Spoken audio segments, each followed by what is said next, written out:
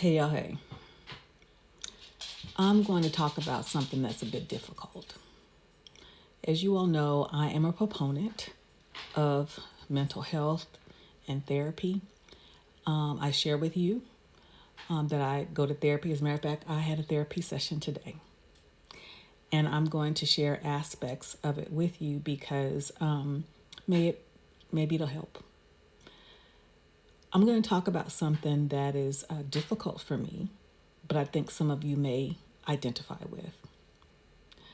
The relationships between mothers and daughters is some of the most beautiful and yet some of the most challenging relationships you will ever have. And I am at a season in my life right now that me and my daughter are not in the best place. We love each other, but we're not in the best place. And it was when you are in a place, in a sense, with me and my mom, we are in a great place and you have a good relationship. Sometimes you forget what it was like before. Okay. So that's where I am right now. Because me and my mom, since, late 20s, early 30s, we've just been like this. Now, I'm sure I work her nerves and she works mine, but that's my lady. That is my that's my lady. So as I'm dealing with this season in my life, I came across this letter that my mother had written to me in July of 1991 when I was 24. And I've had it obviously that long, but I came across it the other day and I read it and it hit different. And I'm going to share a little bit with you. Now, this letter was actually, she wrote this letter to me in response to a letter that I had written to her. Okay. And it says, in response to your feelings of our being or not being closer than we are, I want you to know that I understand your feelings because I feel the same way sometimes. You are right to say that I have my own problems, but then so does everyone. There are times when I also feel alone in my problems because although you may think that I have a lot of people to share my problems with, I don't. Sometimes things are just a little bit too deep to explain or expect that you will get the understanding that you need from certain friends and family. So you just tend to keep a lot to yourself. The times that we are together and it seems like that we have nothing to say to each other, it's not because we don't love or have concern for each other, but rather we are probably both being introspective of our individual problems and don't think the other will understand. As far as our personal lives are concerned, we have both made some choices that were not totally acceptable by the other. But we have to try to keep in mind that these choices are oft times of the heart and not the mind. And these choices are harder to rationalize. By being judgmental to each other's choices or decisions, we put a silent wall between us. No one wants to be criticized about the decisions they make in their private lives, and that includes me. When we are going through changes in the first place, it would be very comforting to know that I could talk to my daughter without being embarrassed about whatever the decision is, and also not worrying about it going any further. Whether you know it or not, there are things that I don't even share with Auntie A and Auntie B. But I have learned to take it to the Lord. Let Him work things out for me, and He has never failed me, even in this matter that I'm discussing now.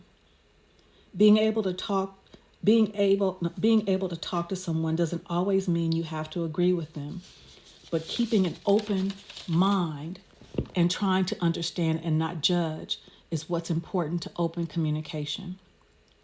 However, when I'm asked for my advice and then I search my mind to give the best advice I can possibly give and it's ignored, it insults me. I try not to just say things off the top of my head because I know when someone needs advice, they're at a point where they don't know what to do and they are searching. So I really try to think carefully and draw on my own experiences, good or bad, before I give you my opinion. Some things in my life I have done the wrong way, and that's why I'm able to tell you not to do it or it won't work. There are some things that I know will work because I've done it the right way. And so I tell you that. But anything that I tell you is for your benefit. And when it's not received, that's another reason to keep my opinions to myself. In other words, why ask for something if you're going to just throw it away?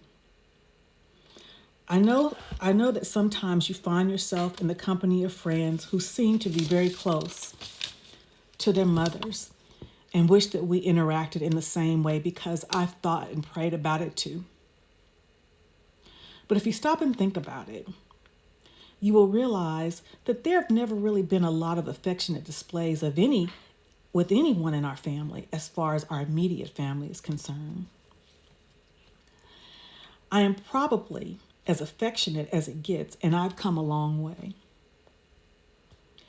What I'm trying to say is that you should know that you are loved more than by just demonstrations of affection, even though they are important. We have always been there for each other when we needed each other, and always will be. Don't get caught up in what you see other people doing and minimize what we have as a family, because people and families are different, and neither of us need to pretend to be something that we are not.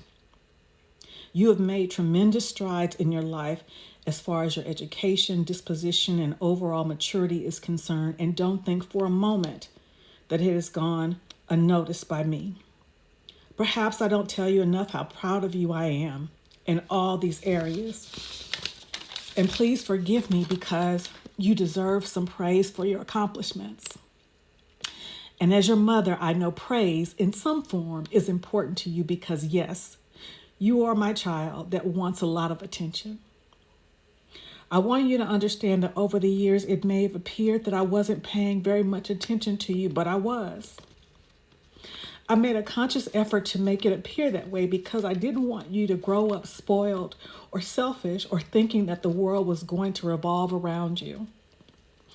You are a very pretty girl, and from a baby on up, people have always made you aware of this, and I didn't want it to affect you in an adverse way.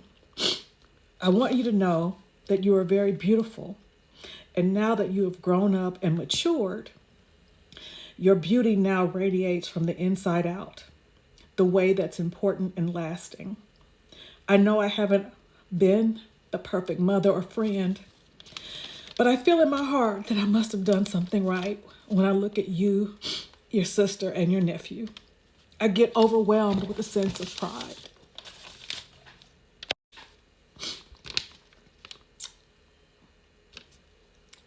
The letter goes on, but it hit different because reading this from the mother now who is having the same challenges. And at that time, I wrote my mom a letter because I didn't feel that I could talk to her. And I think my daughter feels the same way. And when I talked to my therapist about it, he said, that is such a huge thing for my mom to have written me. And I agreed, and to have apologized. And he asked me when I read it how I felt. And I said, at the time I didn't think that I would ever completely understand where she was coming from. And now, as a mother, I do. We must give each other grace. We must give each other grace. I share this for anyone, any mother, daughter that's going through the same thing, and to let you know that you're not alone, that I was that daughter, and now that I'm that mother. But we must give each other grace and forgiveness, because when we think about it, our mothers are just girls, just like we are. So those are my thoughts. What are yours? Take that with you.